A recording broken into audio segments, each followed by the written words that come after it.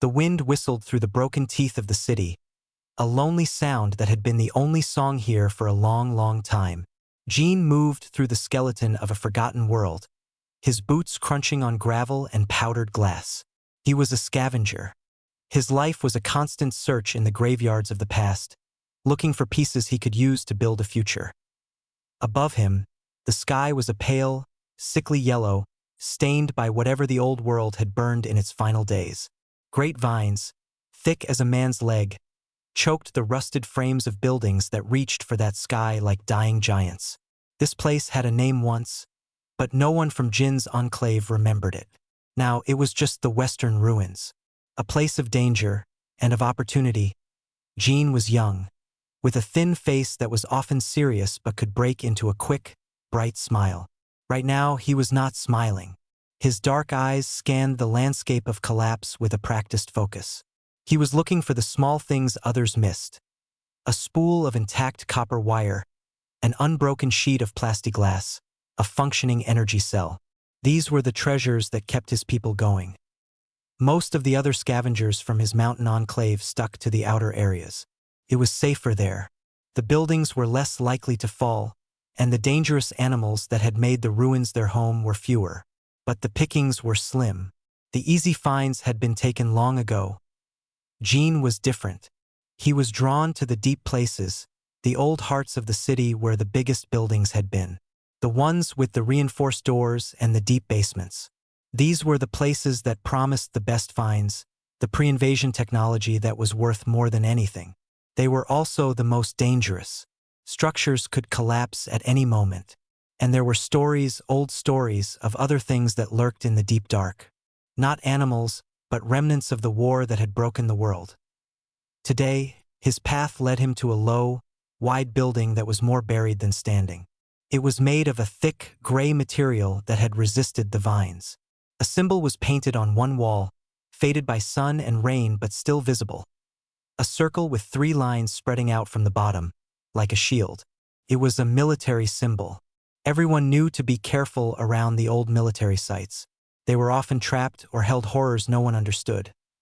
But they also held the best tech. Gene slipped through a crack in the wall, his backpack scraping against the concrete. Inside, it was dark and cold. The air was still and heavy with dust. He switched on his headlamp, a beam of light cutting through the gloom. The room was a mess of collapsed ceilings and overturned metal furniture. He moved slowly, his senses alert for any sound that wasn't his own. He spent hours there, sifting through the debris. He found a few useful things. A handful of transistors, a sealed container of medical gel, a knife with a monomolecular edge that was still sharp. It was a good haul, enough to make the trip worthwhile. He should have turned back, but a draft of cold air drew him deeper. It was coming from a corridor that slanted downward, into the earth. The entrance was blocked by a fallen support beam, but there was a small gap at the bottom. Gene got on his hands and knees and crawled through. The room on the other side was small and circular. It had been some kind of command center. Consoles lined the walls, their screens dark and shattered. In the center of the room was a single chair, bolted to the floor. And under that chair, half hidden by dust and a piece of fallen ceiling panel, something glinted in his light that he knelt down and carefully pulled it free. It was a visor, the kind that would have covered the top half of a soldier's face. It was heavier than it looked. The main body was a dark, opaque material, scarred with a deep crack that ran from one side to the other. The edges were a dull, brushed metal. It was cold, unnaturally cold, as if it was sucking the heat from his fingers that he turned it over in his hands. It was clearly broken, a piece of junk, but the polymers it was made from were strange, unlike any he had seen before. They might be valuable to Myri, his sister. She was the smart one, the technician of their enclave. She could take apart anything and understand how it worked. Maybe she could find a use for the materials. A low rumble shook the room, and dust sifted down from the ceiling. The sound echoed through the ruins. It was a patrol. The Kthar, the overseers. They sometimes swept through the old cities, looking for signs of resistance, or for scavengers who had taken too much. Jin's blood ran cold. He shoved the visor into his backpack. his earlier caution replaced by a sharp, primal fear. He scrambled back through the gap in the corridor and out of the building, moving as fast and as silently as a shadow.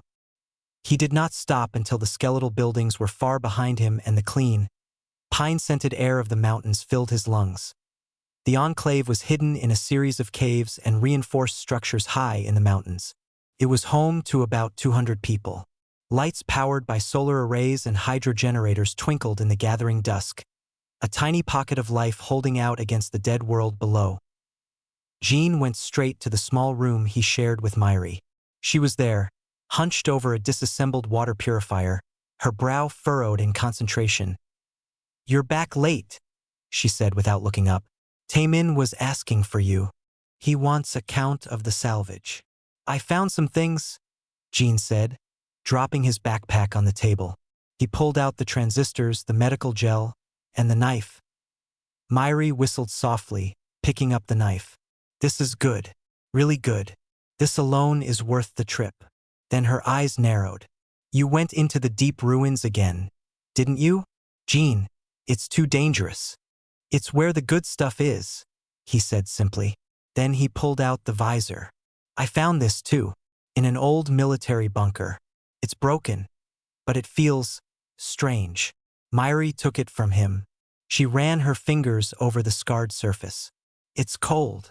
"I know." She went to her workbench and pulled out her scanner, a device she had built herself from scavenged parts. She passed it over the visor. The scanner's screen remained blank. "It's completely dead," she announced. "No power signature. No circuitry I can even access. It's just a lump of fancy plastic and metal. Probably worthless."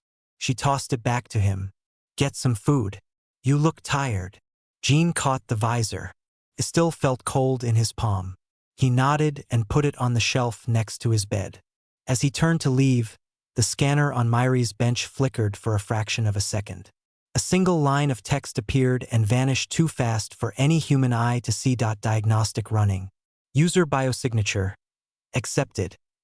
That night, as Jean slept, he dreamed. It was not a normal dream. It was sharp and clear. He was standing in a bright, clean room, looking at a floating screen filled with lines of light and symbols he didn't understand. A calm, clear voice with no emotion spoke a single word that echoed in the silence of his mind. "Stand by." The dream did not fade with the morning.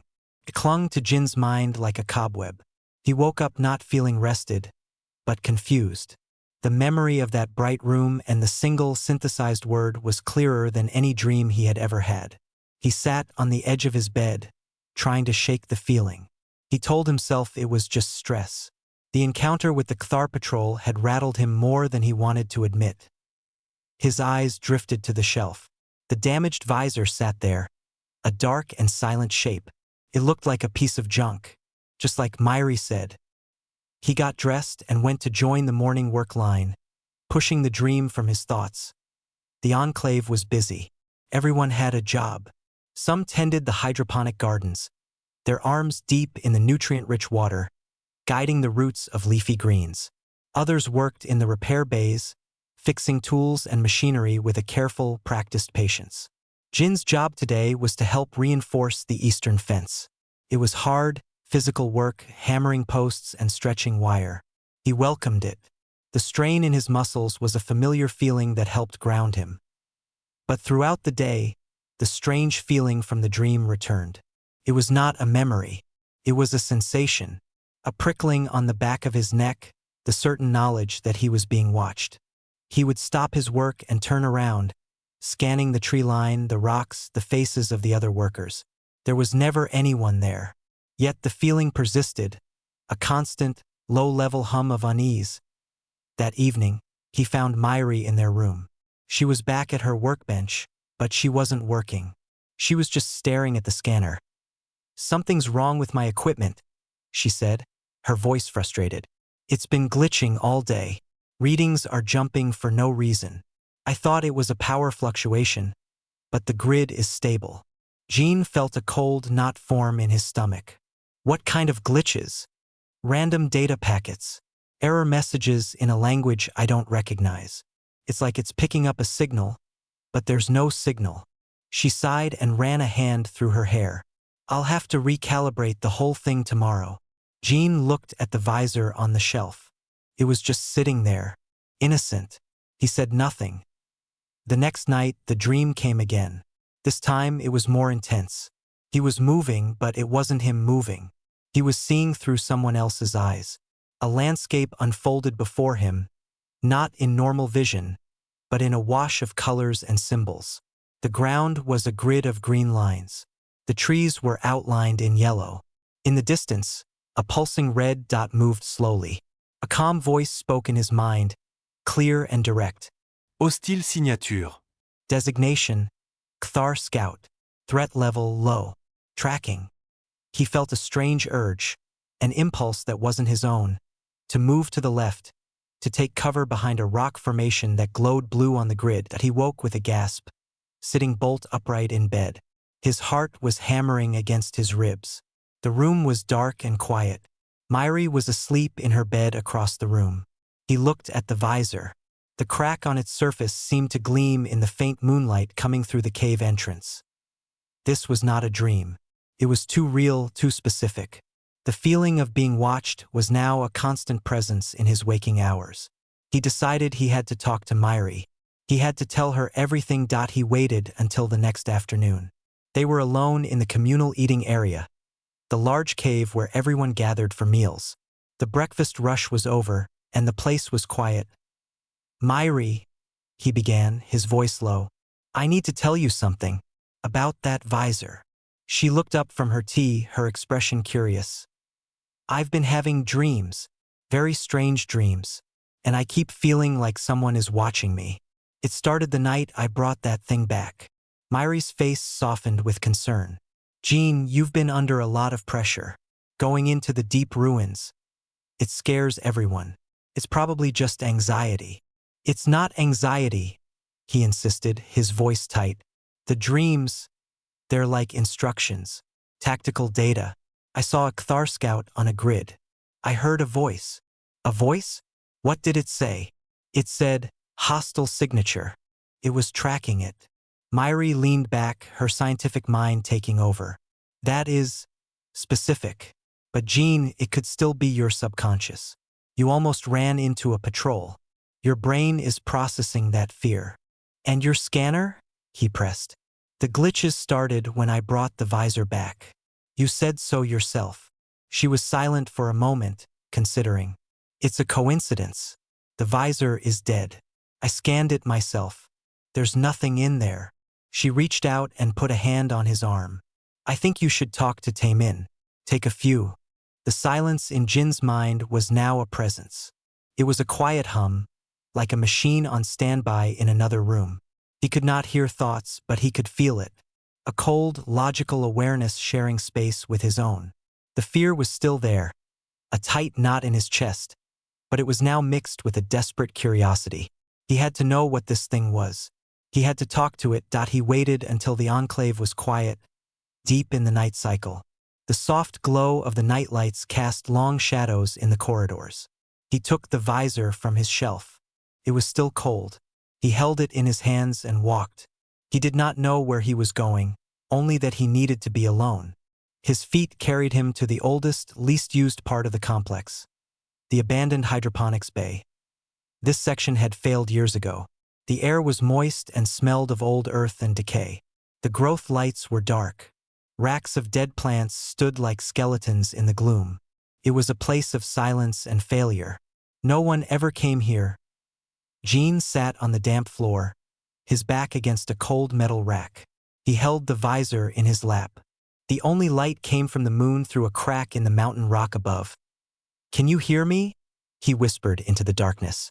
His voice was swallowed by the quiet.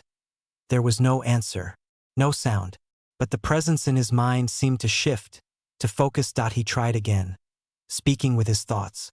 Who are you? The effect was instant and violent. A pain, sharp and electric, lanced through his skull. It was not like a headache. It felt like a key turning in a lock inside his brain. His vision exploded into a storm of light and data. Lines of glowing text scrolled past his eyes. Schematics of machines he had never seen flashed and vanished. A map of the enclave, perfectly detailed, overlaid his normal sight, showing the heat signatures of sleeping people in the rooms above. That he gasped, squeezing his eyes shut, but it made no difference. The information was being projected directly into his mind. A voice spoke. It was the same calm, synthesized voice from his dreams, but now it was clear and immediate, coming from inside his own head. Direct neural interface established. Biosignature confirmed. User Gene. Awakening protocol initiated. The pain receded, replaced by a strange, cold clarity. The data stream settled into a simple, glowing heads-up display in the corner of his vision. It showed his heart rate, oxygen levels, and a simple status bar. What are you? Gene thought, the words forming in his mind. I am the Warden. Sentinel Class Battle Form Unit 001. My function is the preservation and defense of Terra. Terra? Gene thought. It was an old word, a forgotten word for Earth. Affirmative. This world. Jin's mind raced. A battle form. A war machine. The stories were true. The old world had machines that fought for them. He looked down at the visor in his hands. This was its controller. You're a weapon? Gene thought. A new fear gripping him. I am a deterrent. A response. My primary directive is Ragnarok. The reclamation of human territory from hostile forces. The Kthar, Gene thought. You mean the Kthar. Designation confirmed. Kthar Collective. Hostile occupying force. The pieces were falling into place in Jin's mind, forming a picture that was both terrifying and filled with a desperate, wild hope. This was why humanity lost. They had not been strong enough to fight on their own. They had built machines to fight for them, and he was now holding the key to the last one. Where is your body? Gene asked.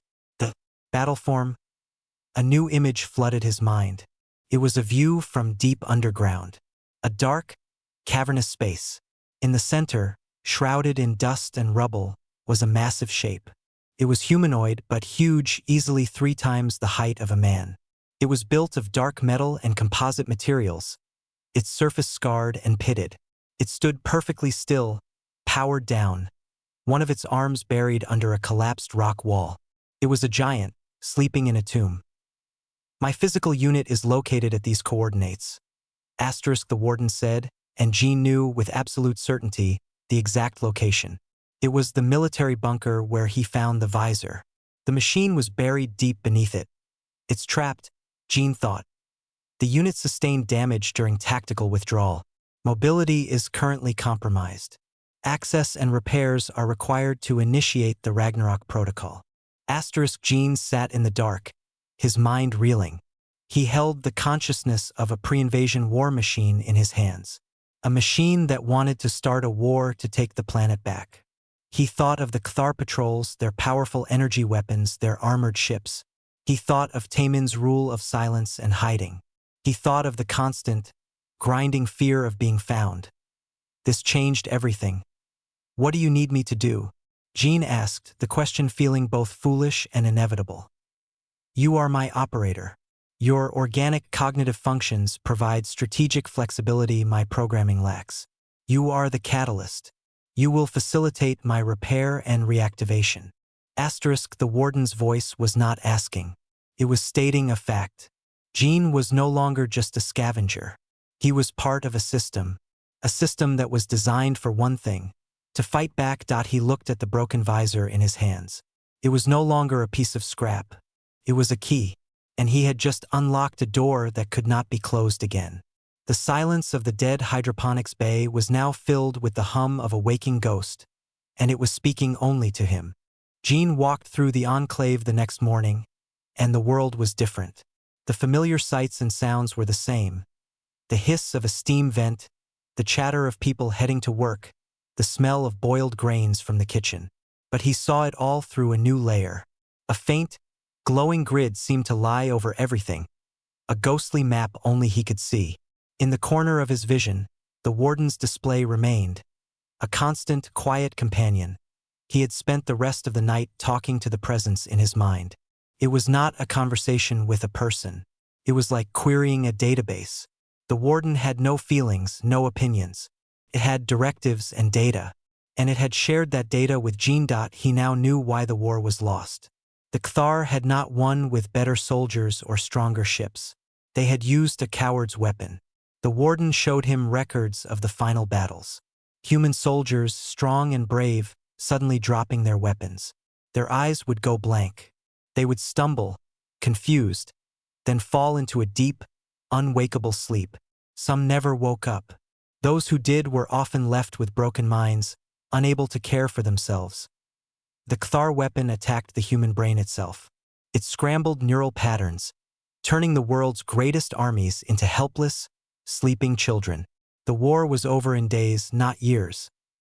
The Sentinel units, the warden explained, were the final solution. Pure artificial intelligence housed in nearly indestructible bodies. They had no organic brains to attack. They were immune. They fought on long after their human creators had fallen. But without their operators, without supply lines and strategic command, they were alone. The Cthar hunted them down, one by one, using overwhelming numbers. The warden was the last. It had buried itself to avoid destruction, waiting for a user to find its visor and wake it up. It had waited for a century. It had waited for Jean. Their weakness is predictability, the warden's voice stated in his mind as Jean carried a crate of tools to the storage cave. The Cthar rely on a centralized network for command and control. Their patrols follow set patterns. Their technology has seen minimal innovation since the invasion. They grew complacent. They believe no threat remains. Jean set the crate down. And you can break their network? He thought.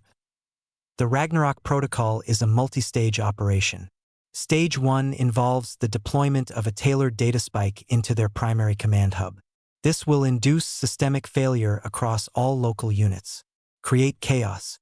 Stage 2 is the systematic elimination of all hostile forces within a designated radius. Jean leaned against the cool cave wall. He pictured it. The Cthar patrols, their communication suddenly dying.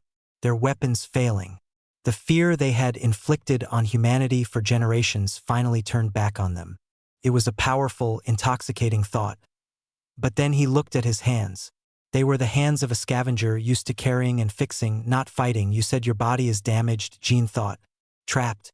How can you do any of this if you're buried under a mountain of rock? A schematic appeared in his mind. It was the warden's massive bipedal form, the Sentinel. One of its legs was pinned by a collapsed support beam. Its armor was cracked in several places. Power levels were critical. My physical form is non-operational. To initiate the protocol, you must act as my hands. You must go to my location and perform the necessary repairs. Jean almost laughed. Me? I'm not a soldier. I'm not an engineer. I fix water pumps and salvage broken tech. I can't repair a war machine. The necessary procedures will be provided. I will guide you. The tools your enclave possesses are sufficient for initial reactivation. The primary obstacle is the debris. You will require assistance. Jin's hope faltered. Assistance. That meant telling someone. That meant telling Myri. Or worse, telling Taemin. He thought of Taemin's hard, fearful eyes. The leader's first and only rule was simple. Do not be noticed. The idea of actively seeking out a pre-invasion weapon would be madness to him. He would see it as a death sentence for the entire enclave. The warden sensed his hesitation. The current survival strategy of your people is flawed. Indigne de prolonge existence. It does not ensure a future. The Cthar will eventually find this enclave. Your destruction is a statistical probability. My reactivation is the only variable that changes the equation. The logic was cold and hard, like the visor itself. It made sense. But sense and fear were two different things. Later that day, Jean saw a group of children playing in a cleared-out area. They were running and laughing, a game of tag. One of them, a little girl, tripped and fell.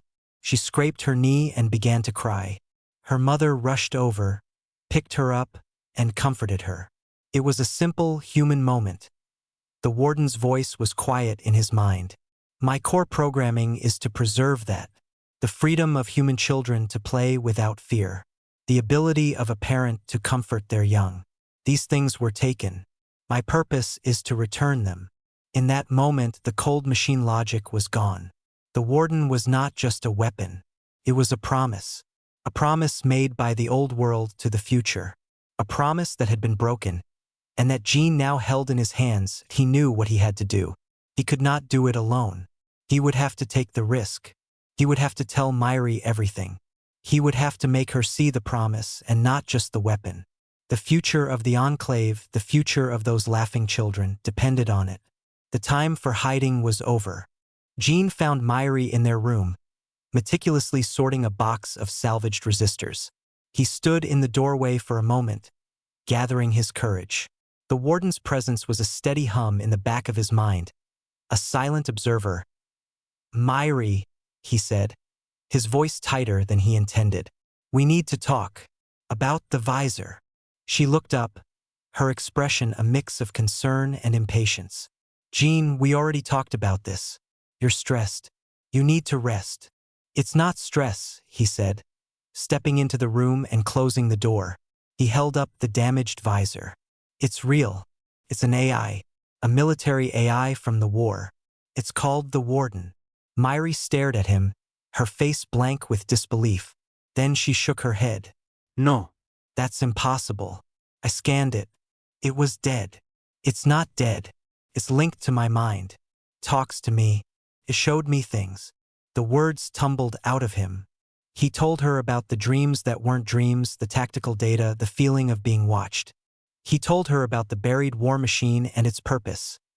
The Ragnarok protocol. As he spoke, Myri's disbelief turned to horror. She stood up, backing away from him as if he were holding a live snake. "You're talking about starting a war, Gene, with a machine. Have you lost your mind? It's not starting a war. The war never ended for it. It's about finishing it. It's about taking our world back." Their voices were rising, echoing in the small room. Taking it back? With what? A story? A ghost in a broken helmet? The Kthar will hear about this. They will come here, and they will wipe us out. Taemin was right. We have to hide. Hiding is what got us here. Gene shot back, his fists clenched. Hiding is just a slow way to die. The warden says they're weak, that they rely on a network we can break. The warden says? Myri's voice was sharp with scorn. You're listening to a weapon, Gene, a thing built for killing. How do you know it's even telling you the truth? How do you know it won't turn on us? Before Gene could answer, the door to their room slid open with a sharp rasp. Taemin stood there, his broad frame filling the doorway. His face was like stone. He had heard everything. "What is this?" His voice was low and dangerous. "What are you talking about? What war machine?" There was no hiding it now. Gene, his heart pounding, told him. He spoke of the warden, of the sentinel buried in the ruins, of the chance to fight back. He spoke with a passion Myri had never heard from him before. Taemin listened, his expression growing darker with every word. When Gene finished, the leader's face was a mask of cold fury. "You foolish boy," Taemin hissed. "You have endangered every single life here. You went digging in a grave and you woke up a plague." He pointed a thick finger at the visor in Jin's hand. "That thing is not our salvation. It is our death warrant. You will give it to me. Now, I will take it to the smelter and turn it to slag." "No," Gene said, clutching the visor to his chest. "You can't. It's the only hope we have." "Hope?" Taemin roared, his composure breaking. "That is not hope. That is a bomb. We survive by being quiet, by being nothing. We do not challenge the masters of this world." The word masters hung in the air. It was the word the oldest survivors used. It made Gene sick. "They are not our masters," Gene said, his voice trembling but clear. "They are invaders, and we have a key to lock them out." Taemin took a step forward, his hand outstretched. "Give to me."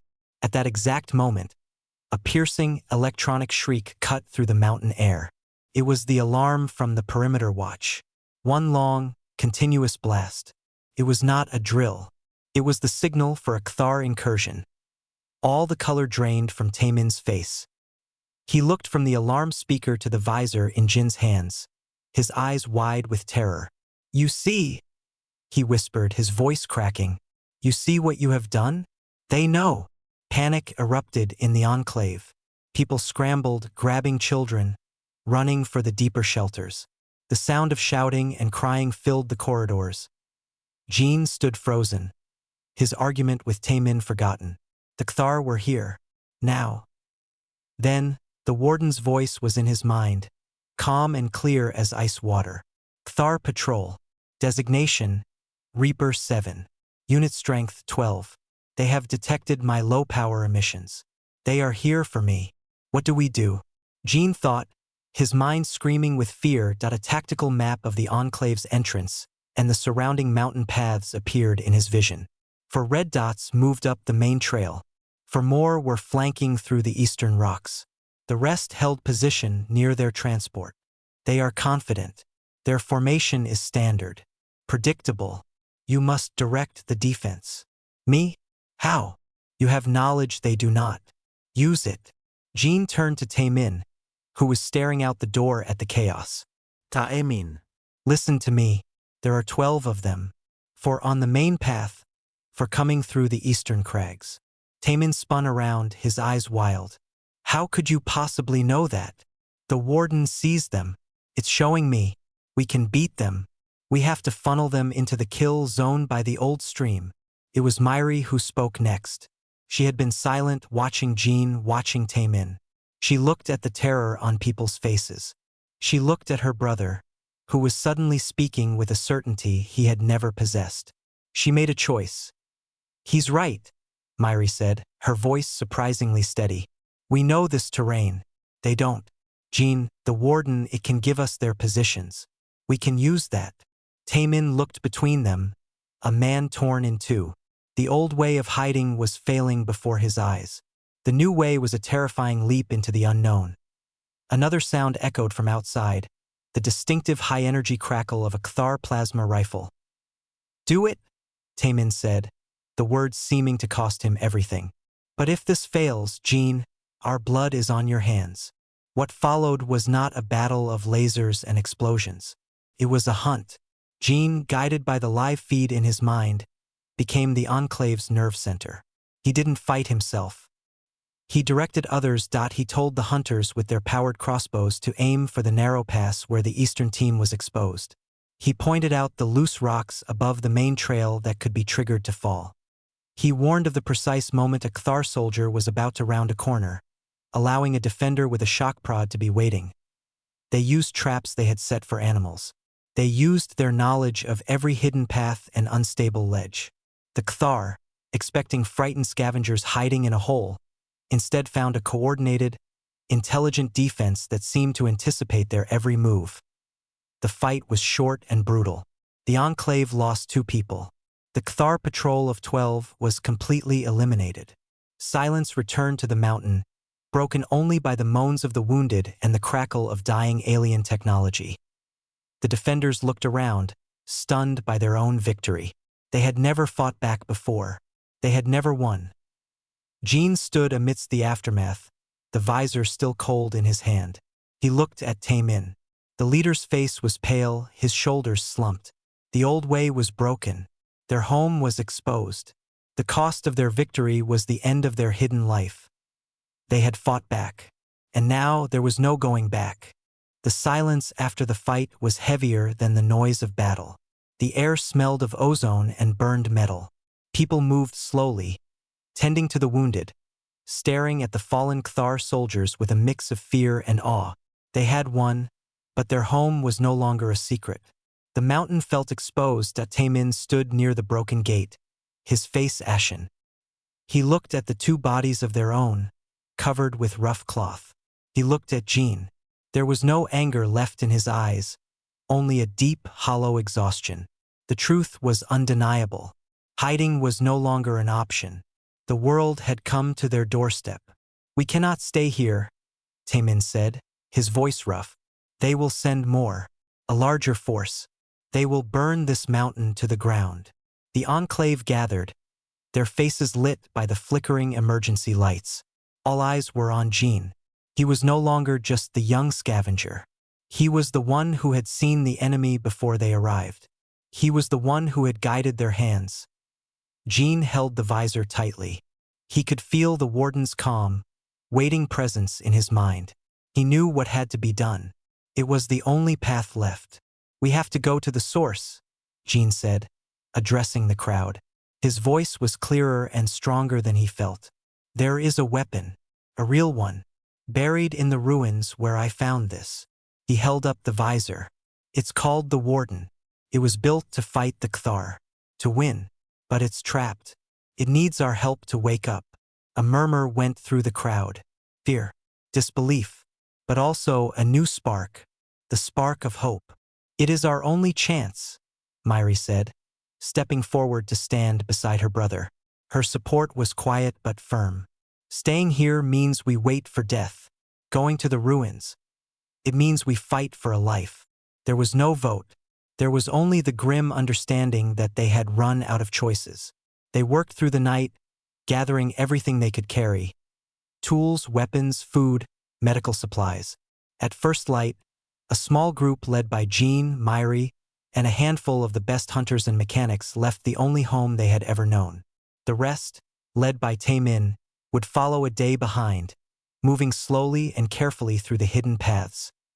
The journey to the ruins was tense and silent. Every shadow seemed to hold a Cthar scout. Every sound made them jump. But the Warden was their unseen guide. It warned Jean of a patrol 2 valleys over, allowing them to hide until it passed. It showed them a safe path through a treacherous rockfall. It was like having a ghost watching over them. They reached the military bunker as the sun began to set, painting the broken skyline in shades of orange and purple. The place felt even more haunted than before. Jean led them inside, to the circular room where he had found the visor. "Now what?" Myri asked, her voice a whisper in the dark. "The entrance to the silo is below this floor," the Warden's voice stated in Jin's mind. A schematic appeared, showing a hidden hydraulic mechanism under the central chair. It took them an hour to clear the rubble and pry the mechanism open. With a groan of protesting metal, a large section of the floor slid away, revealing a dark, yawning shaft with a rusted ladder bolted to the side. A cold, dry wind blew up from the darkness below. They climbed down, deep into the earth. The air grew cold and still. At the bottom, their lights revealed a cavern of incredible size. It was a tomb, silent and vast.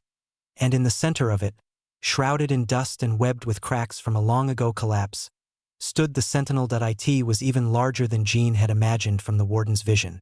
It was a giant of dark, angled metal, standing on 2 powerful legs. One of its arms was buried to the elbow under a massive fallen support column. Its surface was scarred with the marks of ancient battles. It stood perfectly motionless, a king sleeping in a forgotten kingdom. For a long moment, everyone just stared, their lights playing over the silent, colossal form. It was a thing of legend, made real. The power core is stable, but primary systems are offline, the Warden informed Jean. The debris must be cleared. The leg actuator on the pin side requires replacement. You have the parts. The Warden had guided Jean to salvage specific components during the journey. Now he understood why. They were not random pieces of tech. They were spare parts for a god of war. They worked. For hours, under the Warden's precise instructions relayed through Jean, they became mechanics for the giant. They used their tools and their strength, along with hydraulic jacks they had brought, to slowly, carefully, lift the massive column off the machine's arm. Myri and the others, their fear replaced by a focused intensity, worked on replacing the damaged actuator, following the schematics the Warden projected into Jin's mind, which he then described to them. It was slow, difficult work. Their muscles ached. Their hands were cut and bruised. But no one complained. They were building their future with every turn of a wrench. Finally, it was done. The Sentinel stood free, its repairs complete. The only thing missing was the spark. Jean stood before the massive machine. He looked at the visor in his hand. He looked at Myri, who gave him a slow, Determined nod, he climbed onto a nearby console to reach the machine's chest. There, just below its neck, was a socket. A perfect, empty slot shaped exactly like the damaged visor. He took a deep breath. This was the point of no return. Activating the warden would be a signal fire in the night, a challenge thrown at the feet of the Cthar Empire. There would be no hiding ever again. He pushed the visor into the socket. It clicked into place with a sound of finality. For a second, nothing happened. Then, a deep, resonant hum filled the cavern. A network of fine blue lines glowed to life across the Sentinel's dark armor, spreading like waking veins. The dust on its shoulders shook loose. In the center of its face, where eyes would be, two large optical sensors ignited with a fierce, intelligent blue light. The giant's head tilted down, the glowing eyes focusing on the tiny humans below. The warden's voice, which had only been in Jin's head, now boomed from the war machine's external speakers, powerful and thunderous. It echoed through the cavern, and Jin was sure, through the ruins above. Ragnarok protocol active. Primary directive: reclaim Terra. All hostile signatures designated for eradication. Above them, through the open shaft, they could hear the new sound. The high-pitched whine of Cthar ships gathering in the sky. They had detected the power surge. The final battle was beginning. The Sentinel took a single, ground-shaking step forward, its massive form no longer a relic, but a weapon. It was awake, and humanity was no longer hiding.